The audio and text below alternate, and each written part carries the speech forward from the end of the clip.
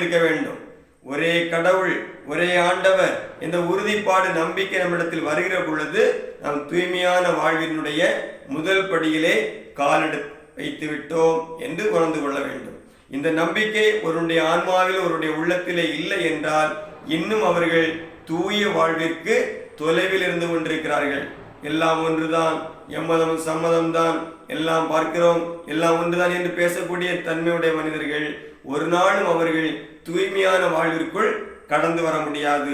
உலகம் அனைத்திலும் பல மார்க்கங்கள் இருந்தாலும், எத்தனையோ இனங்கள், மொழிகள் என்று இருந்தாலும், நம் அனைவருக்கும் கடவுள் ஒருவர்தான்.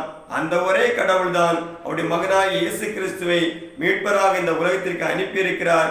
இந்த இயேசு கிறிஸ்து வழியாகத்தான் நமக்கு நிலைவாழ்வு கொடுக்கப்பட்டிருக்கிறது என்ற ஒரு ஆழமான நம்பிக்கை எப்பொழுது உள்ளத்தில் நமக்கு கிடைக்கிறதோ அப்பொழுது நாம் தூய்மையான பாதையிலே நாம் முதல் படியை எடுத்து வைத்து விட்டோம் என்று